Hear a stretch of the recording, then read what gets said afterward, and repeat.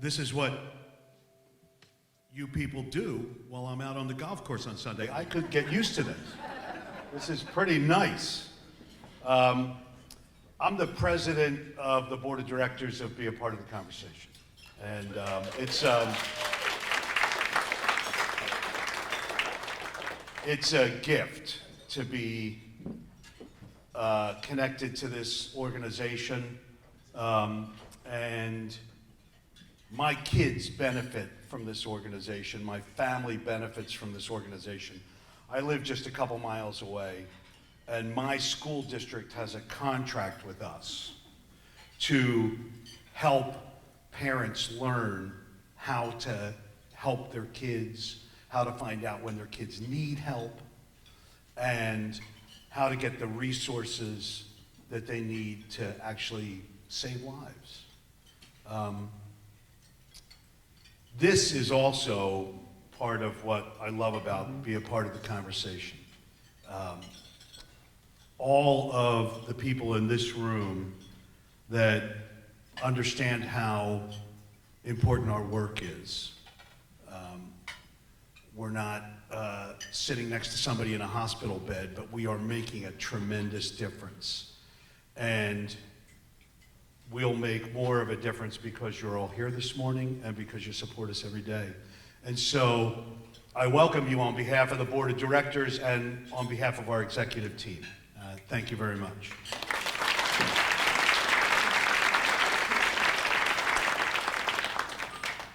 You are going to hear today from a lot of very creative people. They are my heroes. I was much more creative back when I was drinking, and it was harder to tell the truth. But you know, we're in for a terrific afternoon, and you're going to hear more about the facts and figures and things about Be a Part of the Conversation from Kim Porter a little later on. And so I'm going to introduce you to our host and MC for the day. Damian Holbrook and I probably met in the basement at Archbishop Carroll on a Saturday morning at a meeting. And I used to take my daughter, and she would go into the classroom next door with a couple of other people's daughters, and they would play school for an hour while we went to meetings. I also knew Damian from his work with TV Guide. Like even back when TV Guide was on our coffee table, now it's on our computers. I think that Damian's been at TV Guide for a long time. I think his first feature was on Who's the Boss or something, right? So, but he's, you know, in the TV world, he has become this icon. He hosts panels at things like Comic-Con and other get-togethers for, you know, fans of everything from Wednesday to Buffy the Vampire Slayer, and like any good writer, he has an incredible wit and an incredible way of being engaging with others. So we're just so happy that when we asked him if he could help us out today, that he said yes. And so I'm going to sit down and eat with the rest of you, and Damian's going to be your cruise director for the rest of the day. Thank you.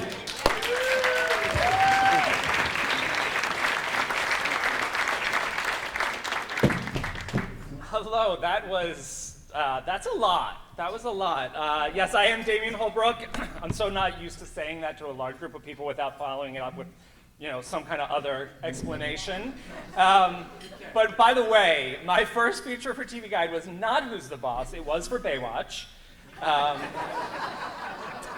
I was clearly still drinking back then. And I'm so honored to be here. First of all, thank you, Casey, and thank you all for being here. I was looking around and watching the entire thing starting to play out today, and I was like, oh, this is like the Oscars of concerned parents. This is, you know, like, and underpaid service workers.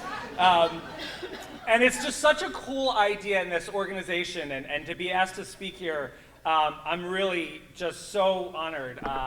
I've been impacted by it. I've impacted it. I know people. Literally, like, if you're in this room, well, thank you. I carry him with me everywhere, too. Like, if you're in this room, you've seen some shit. So before we get to anything, I want to congratulate all of you for making it here and staying here. So thank you for that. I do want to recognize our lead sponsors, our platinum sponsors, Temple Health. The gold sponsor is Patty Brennan, honoring Pam and Bill Roberts, and Connie Lakin, Lincoln Investment, and there's a whole bunch of others that have been listed on this screen. So I want to recognize also the board of directors and the staff. Would you please all stand, be a part of the conversation group. I want to thank all of you also. So these are the people who contributed to our favorite things basket that you could bid on out there. So I want to congratulate all of you. First of all, who donated the giant thing of maple syrup? Because much respect. I'm like, oh, golf balls, I get it, you know. But like the maple syrup is real. All right, so thank you. We're going to select that winner at the end of the program. And I want to recognize the event committee. So you guys can all stand. Where's our event committee? They were led by Chairperson Lisa Brody Bailey. All right. And how about the 90 auction items that they curated out there? Judy Hirsch organized all of that. So Judy, congratulations. And thank you to all of you who generously contributed to the 90 silent auction items, including contributions from parent partnership meetings. So please support the businesses that you saw today. Also, you might want to reply stop to all of the texts that you're getting from the auction website, because I signed up to like bid online and I've gotten 11 reminders that the auction is closed. Just, you know, might want to stop that. Okay, so we got that. So, all right, so this year's theme is creative recovery, and the people that we are honoring this year obviously have done something amazing in this idea. So when I was meeting with Kim and talking with people about creative recovery, it was like, well, what is this? And so we talked about, you know, the Conversation Inspiration Awards. They honor individuals who have used creativity to support recovery, including fine art, music, writing, spoken word, performance, adventure, spirituality, and other innovative pursuits, which I find hysterical that spirituality is under creativity. But, so I'm looking at it, and I was like, wow, you know, when I got sober, back when Baywatch was on, we didn't have, like, there were no, like, sober yoga classes. There were no, like, oh, you know, like, come paint your trauma.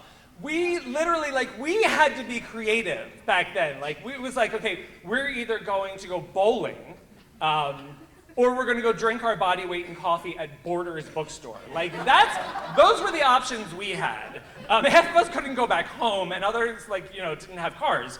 So the fact that there is so many options now because of everyone in this room is amazing, because sadly there will be generations of addicts and alcoholics coming up that need this. And the fact that it's already in place and this infrastructure is there for them is so wonderful, because honestly, bowling sucks. It is terrible. And if you get sober later, your back is screwed, your knees are out, you're wearing someone else's shoes. It was, yeah.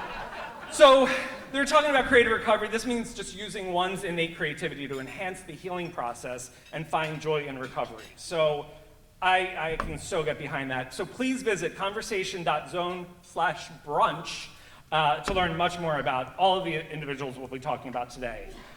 We do have to get one out of the way because he's got to go. So our first honoree is Tom Coyne.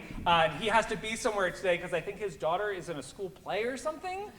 So like you can't not, right? Be like, oh, she's got a second show, it's Sunday. But Tom Coyne, he's an award-winning and New York Times best-selling author who has been publishing golf stories since 2001. So I'm imagining pretty much every guy in this room has read him, except for like me and maybe two others. And he has used his writing skills to elevate the sport, which was really so in the dark, and create awareness of substance use disorders and recovery. He has been so integral in so many people's path to recovery and the idea of developing sober fun. I know he's a huge part of the Sober Golf League, which I don't understand that, but apparently like it's a bunch of like dudes that golf or do golf or something. And so I am so happy to present him with his Conversation Inspiration Award. So come on up, Tom.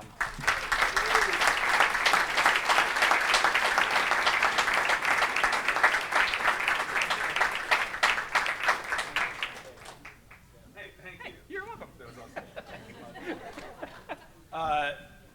Thank you so much, and Kim, thank you so much for and everyone for being flexible with the schedule. One of the rewards of my sobriety, 2 beautiful little girls, and one of them has their big play this afternoon. So we will be running off to that. This is amazing, and what a great idea to talk about creativity and sobriety, and talk about the creative ways that we can talk about recovery. As a writer, there is a long history and narrative and legacy of, it's almost a tradition, an archetype even, of the drunk writer. And it was something that as a young writer, boy, I thought that was cool, right? Until you realize that the end story of that tradition is that you either end up having sober writers or dead writers. And it's really one or the other. And so I'm immensely grateful to be today on the right side of that story. Thanks to a lot of people in this room and programs like this that were there when I needed it.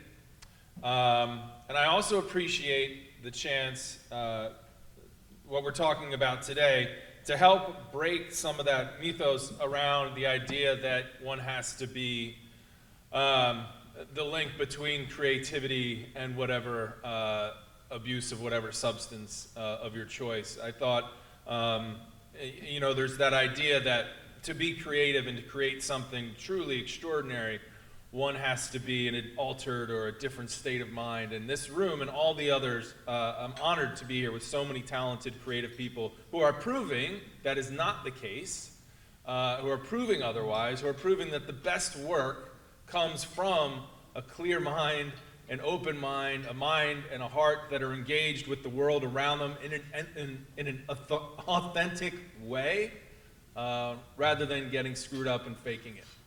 And a lot of us in this room probably know what that felt like too. So it's just it's a real honor to even have the chance to be a part of this, and to be a part of that conversation. Thank you so much for having me. Congratulations to all the honorees, and thanks again.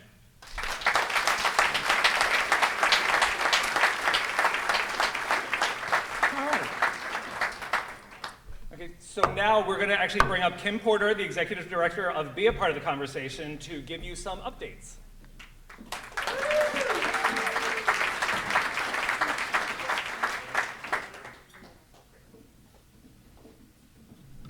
That's not going to work. Okay. Hi, everybody. Oh, God. This is overwhelming. I'm so full of gratitude today. I want to talk to you about gratitude especially. I know this is a fundraising event, and we have some really important work that's being done out there with all the auctions that have happened. Judy Hirsch worked so hard on this auction. Can we give her a round of applause, please? Her family can attest to how much time she spent on this. So we also have Bob Lamb, is our Director of Operations and Programs. Thank you, Bob. Judy does more than the auction every year. She's also our Director of Community Engagement, and Kara Schwartz, who is our Communications Manager. Kara just graduated on Friday from PCOM with her Master's in Mental Health Counseling. Did I get it right? Yay! Which means she's kind of moving on. But not really, because she's already been a panelist and a moderator, and she's going to keep on doing that. And we've been kind of grooming her to be one of our many clinicians who we can reach out to. So yay for you, Kara. Thank you. Pam Roberts is our Parent Partnership Coordinator.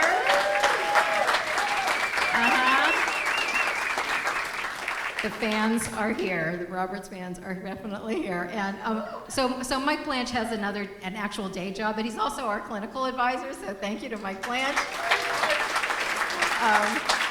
You'll hear more from Mike in a little bit. But I want to talk about Pam and Bill Roberts also because they started these meetings. Predated my going to any meetings. I've been going to these rooms for 13 years. And when my son thankfully found recovery, we kind of have the same recovery date. But Pam and Bill started this out. My very first meeting, I went up to Bill because I couldn't get to Pam for the horde of women that were around her. And I asked Bill for her number, which I still have on the back of his business card. And Bill was on our board of directors. I mean, these two, this is not their career path, but it is certainly their compassion path. I mean, they're amazing people, and because of them, there are so many meetings that are happening. We're so grateful that the leaders of these groups that are called Parent Partnership now, there are 18 meetings every week. And many of you in this room are the leaders of those groups. We honored you last year, but can we please give everyone a round of applause who does this work?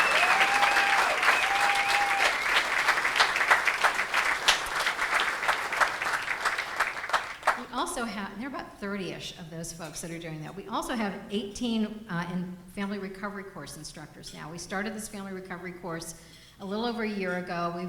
Kathy Collier is here somewhere. Thank you to Kathy Collier. I salute you. Chester County Drug and Alcohol for inspiring us to do this. It's something we've wanted to do.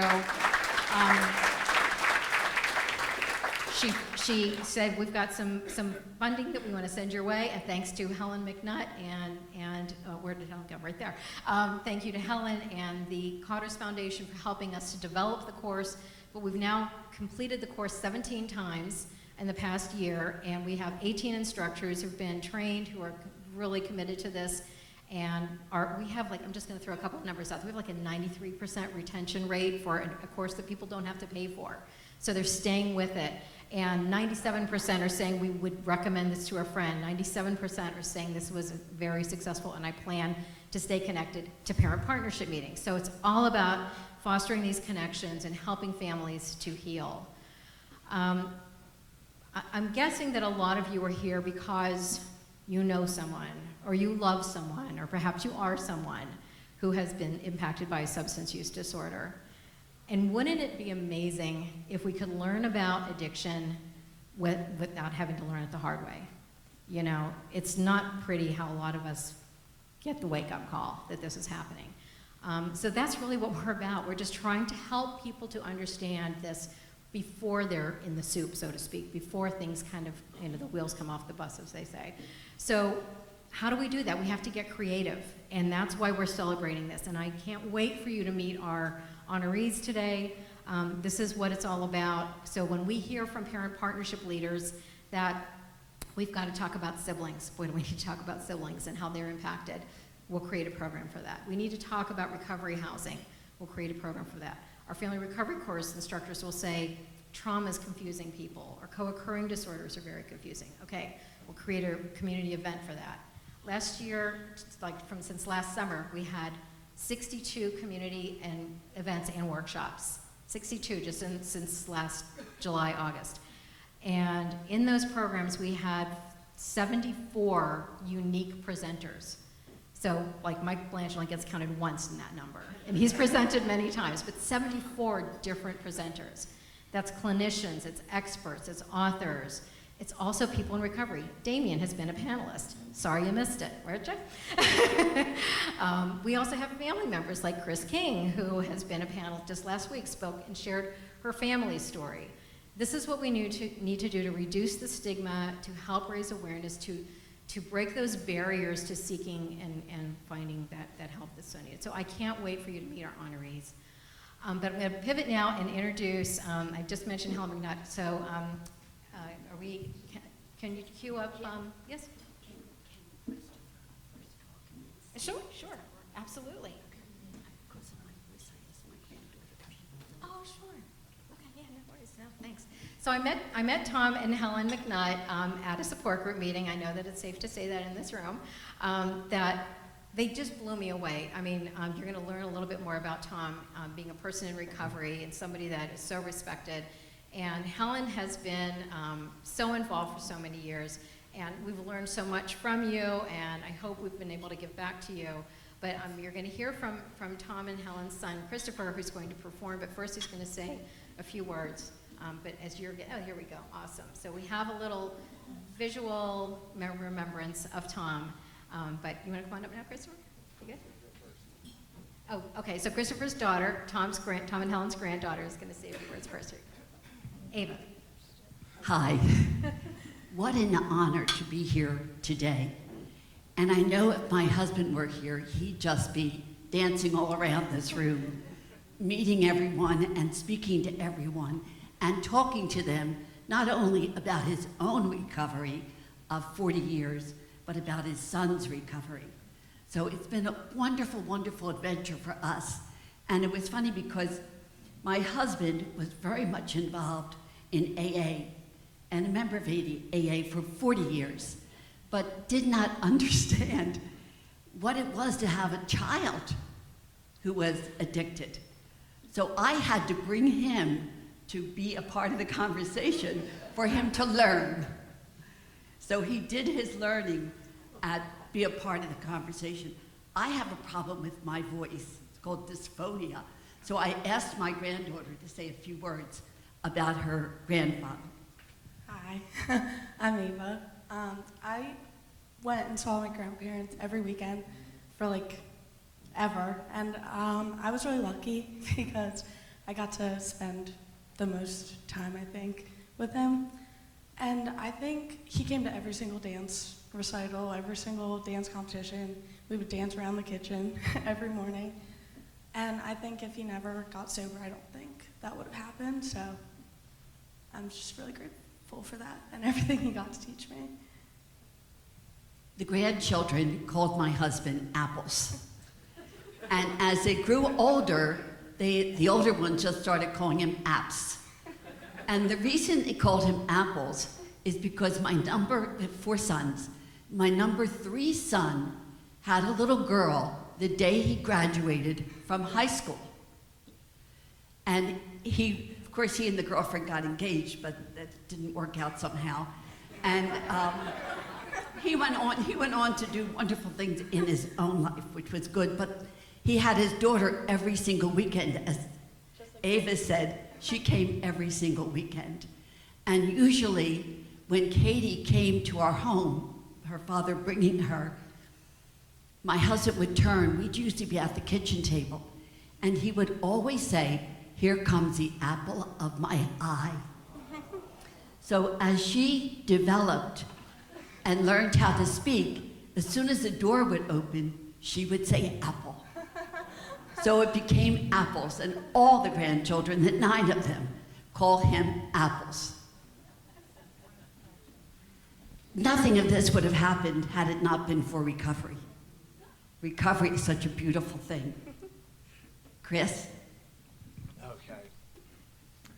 I'm going to sit. Go ahead, sit. Hi, everybody. That's my mom, my sweet mother, who went through a lot of hell. And here she is today, being a part of this celebration of recovery. And to have my daughter here, too, is pretty amazing, and my aunt as well, and so many other people that I've gotten to know through the recovery community. Thankfully to this guy right here, as a friend of Bill, I learned about recovery at a young age. I think, like many of us, we don't think it's going to happen to us. At least I didn't. My father used to bring me to AA meetings as a kid. I'd sit in the back and play with toys. So I was aware of these things. But of course, it took me a very long time to finally come around. And throughout it all, my parents were the biggest support, tremendous support. My father in particular, let's just say, like, my last rehab stay at Karen was over 5 years ago, and that was my 10th rehab facility stay, not to mention all of the other various incidents that can come along from a substance use disorder. And my father never showed anger towards me. He always treated me with compassion and love, and he never gave up on me. And that has been the greatest gift. The fact that he was able to finally see me plant my feet firmly in recovery and start to have a life before he passed away in the fall is a real gift, and I'm very grateful for that. And also after, I'm not sure how happy they were about it, but after I did rehab for a long time and then I was in a recovery home for a good amount of time, I said, can I come home? And I think they were a little nervous about that. But we came up with a plan and I stuck with it. And so I got to spend a lot of time with my father over the last 5 years, sitting and talking and sharing stories about what it means to be a man in recovery and how that impacts the family. And so at my father's funeral, I was amazed at the number of people, the sheer number of people who came out to celebrate his life simply because they knew him through the recovery world. And that was a real testament to what he did. His recovery was the foundation for everything he did, helping people and being selfless and trying to make a positive impact in the world. And so, as sad as it was to lose him, when I think about him, I can't help but smile and have a lot of gratitude in my heart. And the song I'm going to play is called Beautiful Ride. And it is kind of a metaphor for his life. It was a beautiful ride. And that was simply because he figured it out and learned how to be a man in recovery. So give me a second to set this up. And I want to thank everybody, and especially Kim for having us. It's a real treat.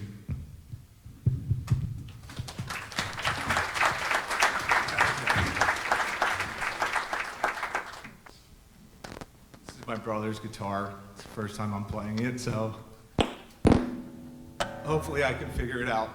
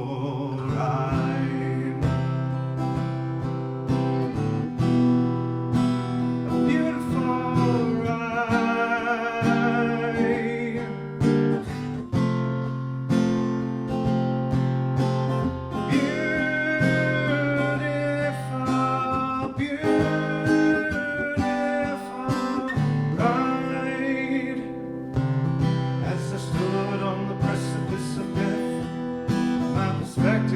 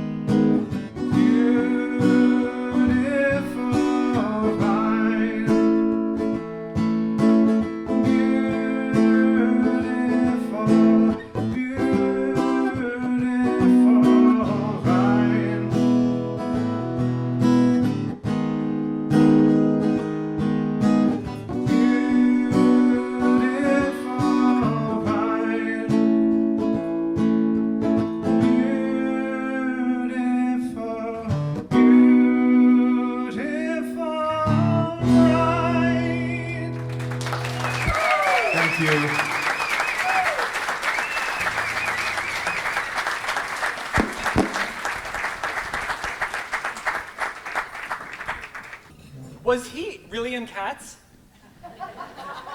Because we could have an entire brunch about that as well. That is just incredible. Thank you so much for that. And also, just to follow up on something that Kim had talked about, if you don't know Bill and Pam Roberts, just follow them on Facebook, and they're the happiest people on the planet.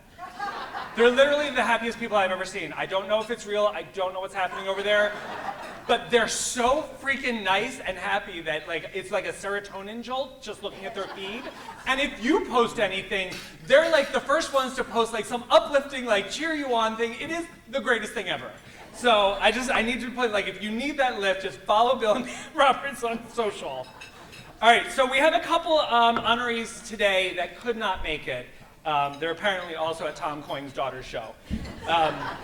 So we want to just give out some shout outs to them before we move on to the in-person people. So inspired by the value of hip hop in his own recovery process, J.C. Hall became a licensed clinical social worker and developed a hip hop therapy program in the South Bronx. So his program was featured in the award-winning documentary Mott Haven, which earned him recognition in the areas of public service and clinical application. So we celebrate him today. All right, then Lisa Kelly. Yes, Lisa. She utilizes words, color, stories, and mixed media to visually bear witness to the devastating impact of poverty, substance use, and mental health disorders in the Kensington neighborhood of Philadelphia. Lisa uses her art to encourage empathy, compassion, hope, and change, and also she graciously designed the graphic that is on the swag bag you're getting when you leave today. So you're also leaving here with a piece of art. So this actually counts as a cultural experience. Nancy Pickwell, a mentor and wellness coordinator, yogi, gardener, and painter. I have like one job. She experienced the devastating loss of her beloved child Bonnie to substance use disorder, and in seeking to survive the loss, she founded a yoga community, became the instructor, and began facilitating a trauma-informed grief gathering for others seeking support, which then inspired the creation of Love Bulb Company, an organization that gives back to women in recovery. So again, if you feel like you're accomplished, this woman did like 11 things today. And then filmmaker Greg Williams, a person in long-term recovery, works tirelessly to create positive changes in access to quality healthcare and recovery support. He has been dedicated to lessening the stigma of substance use disorder and increasing recovery advocacy through 3 award-winning feature-length documentaries, The Anonymous People, Generation Found, and Tipping the Pain Scale. So let's give those guys, everyone, a round of applause. All right. Okay, now on to our in-person people. First we have Kelly Bisak. She took the devastating loss of her son and channeled it into a legacy of hope through the creation of the Corey Bisak Foundation. Through the donation of Martin guitars, Kelly provides love, music, and healing to organizations that support individuals recovering from mental and physical challenges, including substance use disorders. Kelly graciously donated the Martin guitar that was featured in the silent auction, and not the one that was just played. So Kelly, come on up and get your statue.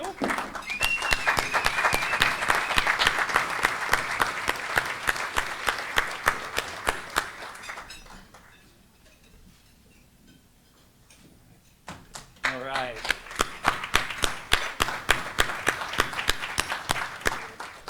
Okay, understanding trauma on a personal level, Linda Garrity provides yoga for individuals who have been impacted by substance use disorders and trauma, creating programming to teach others how to help people heal.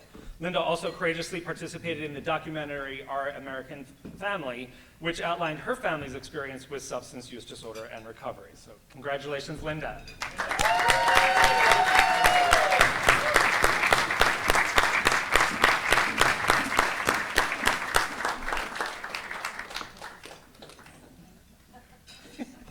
Does everyone know you?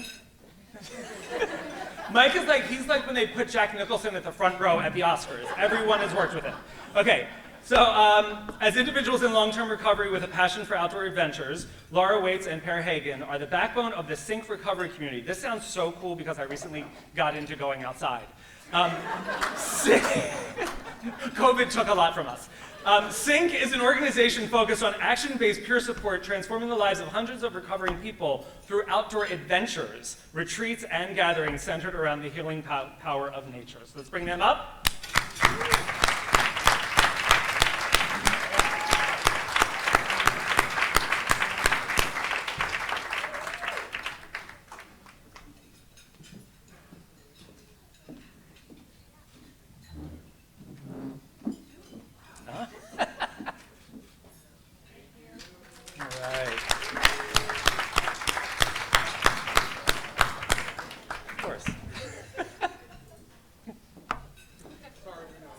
I get it. It's the receiving line. It was like this at the coronation. In her recovery, Ashley Mitchell discovered that art helped her to heal both mentally and emotionally. So she set out to help others get well through artistic self-expression. She recently obtained an MA in art therapy and counseling and continues to help others fight this disease using her love of art. So Ashley, come on up. Oh. Ashley, congratulations. And should Ashley not be able to fulfill her duties, I will happily carry on as Miss Pennsylvania. Doug Overton's love of basketball has become a catalyst for positive change. He channels his own resilience to uplift and inspire others on their own healing journeys by igniting a passion for recreation and athleticism. That's not my thing. Throughout his recovery, he has created an inclusive space where individuals can discover their inner strengths and find solace in the transformative power of sports. Doug, come on up.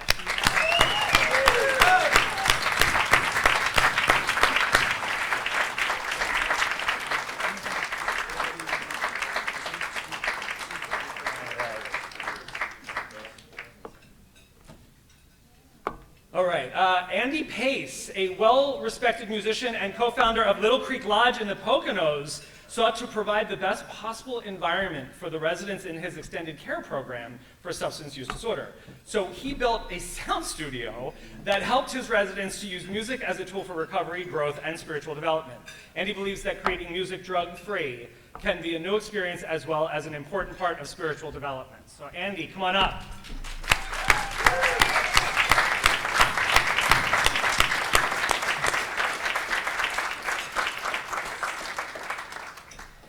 All right, and we have asked our final honorees to say a few words. We have Congresswoman Madeleine Dean and her son Harry Kinane. They have utilized the art of storytelling to lessen the stigma of substance use disorders by authoring 2 books. Under Our Roof, A Son's Battle for Recovery, A Mother's Battle for Her Son, which is an addiction and recovery memoir, and it's spectacular. And You Are Always Loved, a children's picture book. Harry and Congresswoman Dean share their family's love of transparency, or they share their story with transparency and compassion, offering the hope of family recovery to others. So I am so honored to have them both come up. So come on up.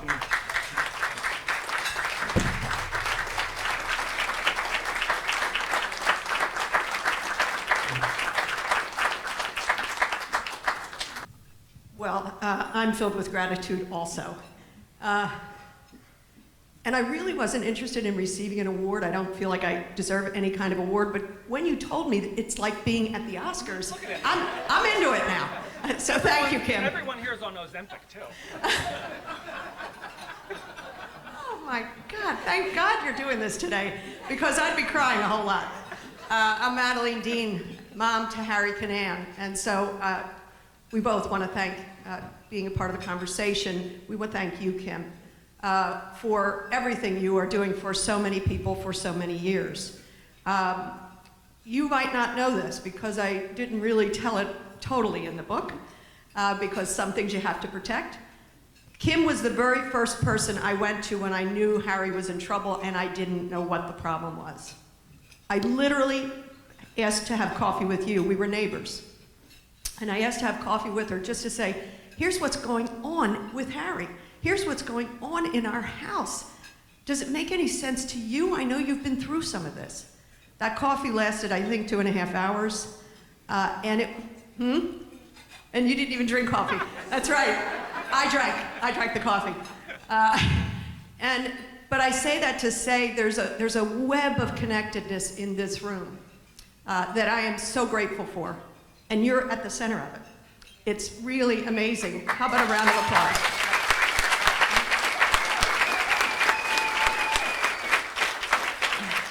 Also in this room, and I'll just shout out 2 other organizations and the people behind those organizations who mean so much to us. The Karen Foundation. Anybody with Karen, please raise your hand. Let's give you an applause.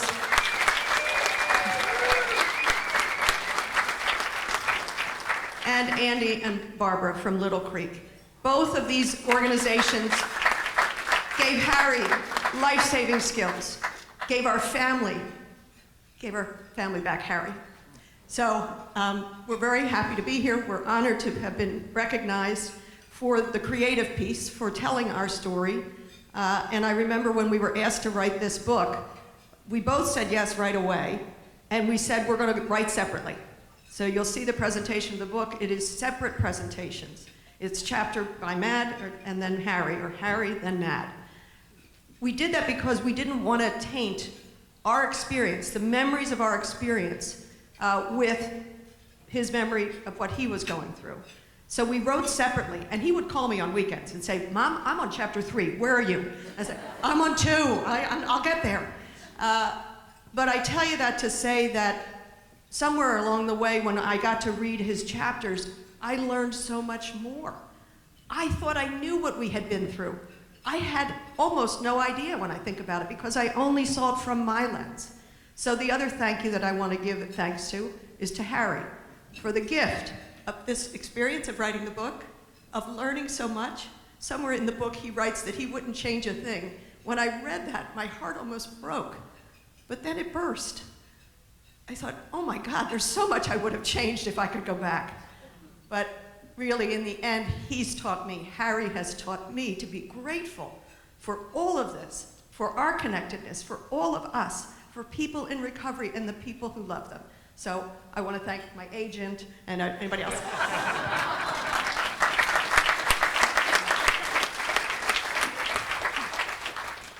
Thank you. It's truly just surreal to be here be a part of the conversation. I'll start by saying when I was in active use, had I known about Kim, you would have been my worst nightmare. I think that, like Casey, all of my creativity for a long time was really focused on staying out of the spotlight, of trying to hide my problems because I was so incredibly ashamed. Kim talked about, a world where people could learn about this before they needed to, where we could talk about it openly and really break down that stigma. And for us, when we were approached to write the book, it was about, can we help one person? It wasn't about an award, it was about, can we help one person?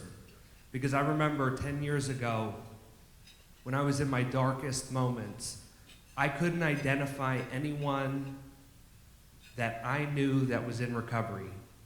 I later found out that they were all around me, but I didn't know it.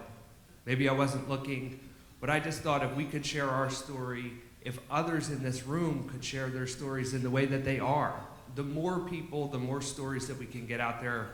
We've made incredible progress on stigma, but there's so much more to do, and I'm so proud of the work of this organization and everybody in this room who's here, who's willing to be in that conversation, to talk about it, and to bring it out of the shadows. Because there's so many people that, I say often, in other rooms that had you seen me 11 years ago, I'd be really easy to write off. But there's so many people out there that need that help, and the work that you're doing is allowing families to heal. The last thing I'll say is we know that this is a family disease that impacts everybody. And one thing that, I think isn't always highlighted in our story is how often, a son or a daughter or a loved one's disease can derail the whole family. But through our healing, the things that you've had the opportunity to do and the growth of your career and the fact that we've been able to grow and do all of that together really started with a coffee with Kim. So I just want to say thank you, and thank you to everyone for being here. This is a wonderful organization, and we're just proud to be a part of the conversation. Thank you.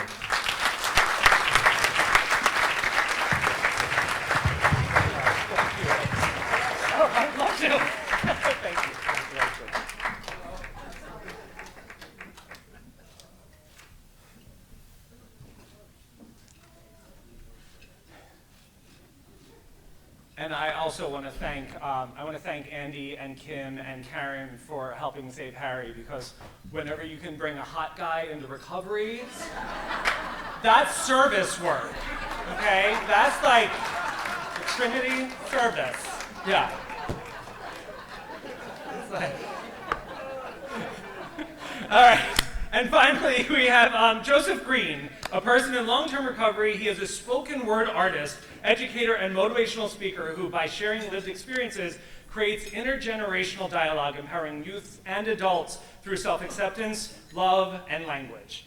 We have a video introduction, and then Joseph will be coming up. Thank you.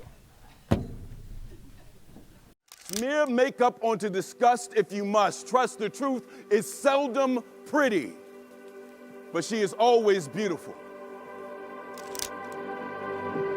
I believe in the power of story to connect people through the celebration of our differences and its ability to reflect reality so that we might become the best version of ourselves. I am a spoken word artist, and if you don't know what a spoken word artist is, I talk poetry aloud. I am a father, I am an educator, and I am proud to say that I am in long-term recovery, and that is something that is very important to me. Yes. I believe that shame, stigma, silence, and hate are our worst enemies. But more than that, I believe if our actions are guided by kindness and love, there's nothing we can't overcome. I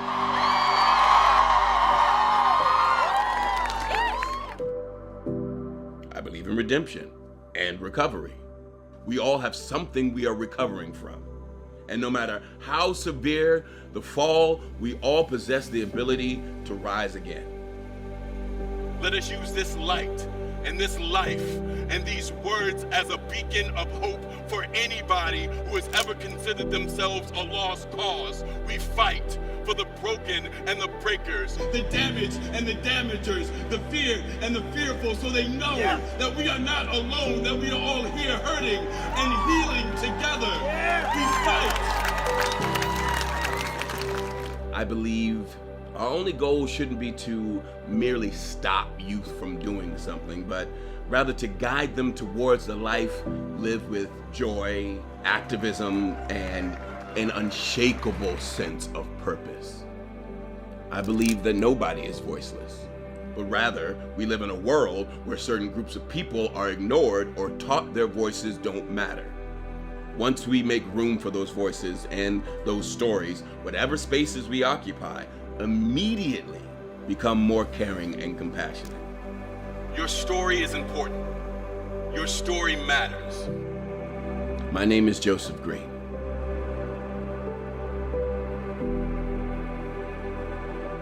This is LMS Voice.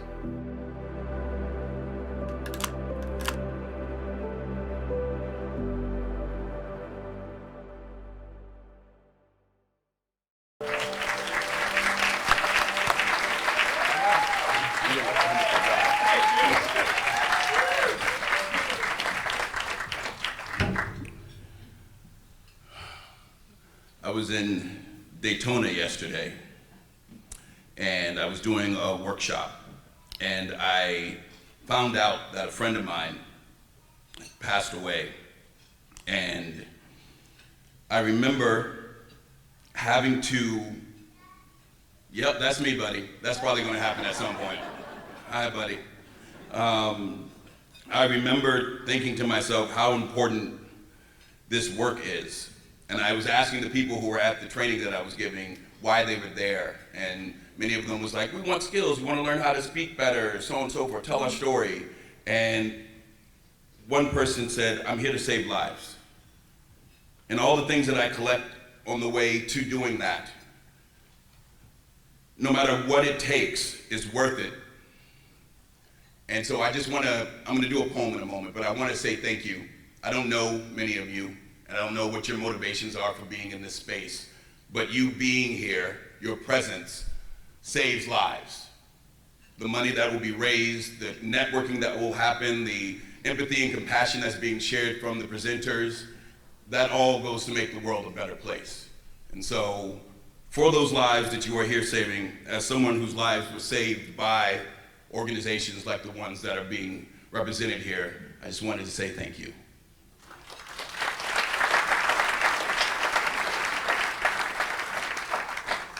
And now a poem. How many people here identify as in recovery? Okay. This poem is dedicated to you. It's for everybody else. Enjoy. But it's dedicated to you all. It's called St. Jude, the patron saint of children's hospitals and lost causes. For anyone who's ever considered themselves a lost cause, may we find at the height of our recovery that which we could never find at the bottom of our addiction. Salvation was never there. Trust me, I looked often, and with the thorough eye of a man willing to face anything except his own truth. My truth. A jealous and relentless lover who always refused to play the role of mistress. She would sit with me when I thought I was alone, lie with me in the bed when I thought I could run away, and if I adjusted the frequency just so, I swear I could hear her whisper, "I can set you free." She was there the day I sat shaking in the corner of my drug dealer's kitchen, waiting for him to fall asleep so that I might creep into his stash spot and put a Band-Aid over this bullet wound of an addiction. She was there the day the man who welcomed me in like a father said like Christ to Judas, "I know it was you." Selfish son with sinister intent and sinning fingers stealing from the register his money, his trust, but somehow never his faith. She was there the day my best friend stopped talking to me. He could recognize the signs. He had been through this before and refused to be on the receiving end of yet another suicide note. She was also there the day I learned that what the world had taught me was a moral failing was in fact a disease, a poison passed effortlessly through the veins of my family tree. She told me on that day, never forget, love is to redemption as recovery is to forgiveness. Where you find one, you will always find the other. You must fall out of love with punishing yourself for the pain your actions have caused other people. I'm sorry, it's only a bucket of sand trying to smother a forest fire, and while apologies are an important step, if the universe is to ever extract the remaining usefulness from us, forgiveness has to be an olive branch we eventually extend to ourselves. Let us use this light and this love and these words as a beacon of hope for anyone who has ever considered themselves a lost cause. We fight for the breakers and the broken, for the feared and the fearful, for the damaged and the damagers, so they know that they are not alone, that we are all here hurting and healing together. We fight for the millions we've lost, for the families searching amongst the embers of life extinguished far too soon. We fight so that we might create this world as we would have it be, not just by knowing what we are fighting against, but by knowing and never forgetting what we are fighting for. Amen. Thank you.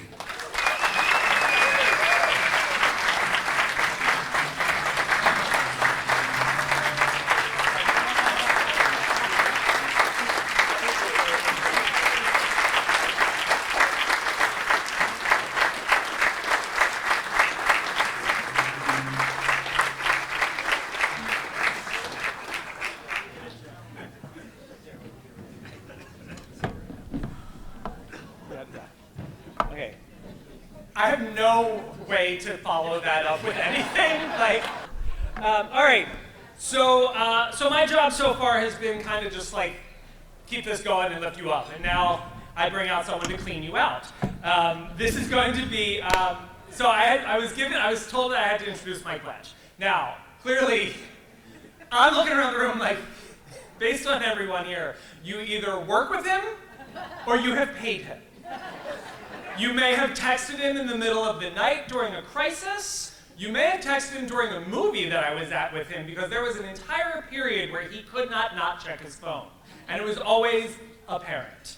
And it was apparent also that Mike is so devoted to recovery and to carrying the message and to being there for the next drug addict and alcoholic to help them through whatever. I have been blessed to know Mike for 25 years.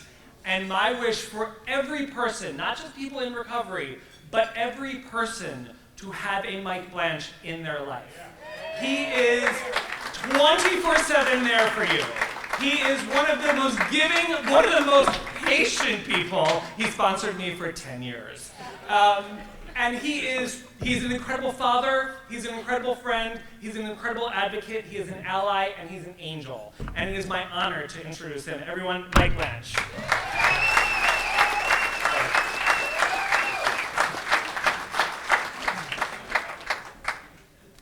First, I can't thank Damien enough for that introduction. Can you hear me okay? So, I was asked to do a little bit different of a talk today. It's different than my experience of what I do usually, but I do want to start with what I usually do and have a moment of gratitude and thank everybody for coming out today, because without you, we would not be able to do what we do. For those of you who don't know, my name is Mike Blanche, I'm co-founder of Ethos, and more importantly, I sit on the advisory board, or I'm an advisor, addiction specialist who works with Kim and be part of the conversation. I was one of their first presenters, and blown away by the amount that we do, the amount of continuation of work that we do. And there are three ways that you can really help be a part of the conversation today. So I'm asking you, in your like little brochure things, there's this simple card that you can find the QR code, and you can simply donate today these three parts of our organization. And I want to talk briefly about each one. The community programs that we do. As Kim said, there were over 62 this year. 2 weeks ago, I was honored to speak at Haverford Public Library, Delaware County, and speak on the stigma of addiction that still exists in a more subtler way today than so many are up against. And the community events are unreal. The panel discussions that she pulls together, the people that she brings out, the speakers of the Philadelphia region and beyond. So please know the community programs need your support ongoing. Because again, the conversation needs to continue to grow and go from this place. It's not over today. It's only beginning more and more to grow. The parent partnership, as Damien and a lot of people said, Bill and Pam Roberts, your leadership and your continued growth of the parent support group. I've been lucky enough to be in the field of addiction work in the Philadelphia region prior to seeing the Parent Support Group, and then seeing the Parent Support Group come alive has helped my job tremendously. And if it's not for your leadership in the Parent Network and the continuation of that work, it's unreal how well that they've come together and they don't feel alone. I didn't see whose hands went up when that poem was read, but all of your hands should have gone up, because you're all in recovery. You're either a recovering family member, you're a recovering loved one, or you're a recovering person. And all your stories matter. And the narrative reparative work that happens in our rooms, in the parent support groups, and the continuation rooms, your stories matter just as many as the stories that we heard today. So I can't wait to hear more of your stories as we continue to do the work that we do. And the last one that's really close to my heart is the Family Recovery Course, which I was blown away by how quickly that took off. And thank you to Kathy Collier and the original funding with Chester County, but we needed to continue to grow, and we've been asked to do it in so many different counties. So please know that this great introduction for families that have no idea what they're serving or what they're walking into with addiction work, and all the work that Kim does in the Beauty Conversation does. So my job today is to ask the final ask. You know, can you take an extra $5 or ask somebody, or bring this home to somebody and put it in somebody's briefcase that you know that could put an extra $5, because that matters to all the different programs that we offer and all the work that we do. So I can't thank everybody enough for being here today. Thank you, and we'll stick around, and your stories matter. I look forward to hearing everybody's. Thank you.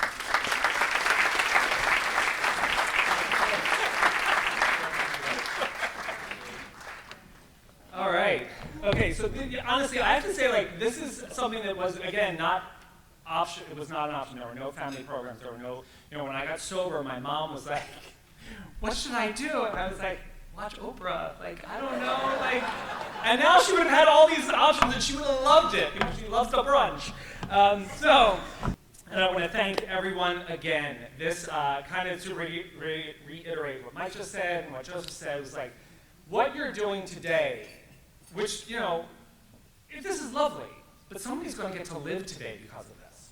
Some alcoholic or addict is actually going to get to live through today because of what you guys are doing here today. So I cannot thank you enough, and I want you all to go home and think about the fact that at the end of the day, there is a life that was saved because of your participation today. So thank you so much. I want to thank you all, and collect your gift bags as you depart. Have a wonderful day, and thank you for having me. Thank you, Tim. And Have a great day.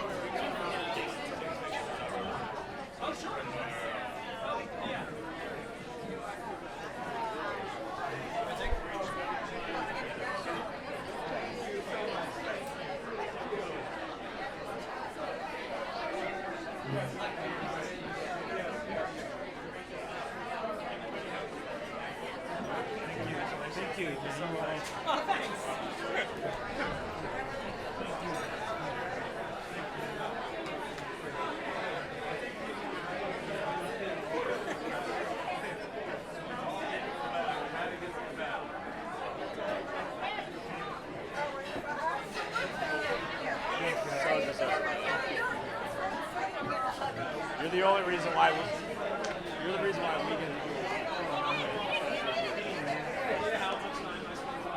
You got this guy, Doug.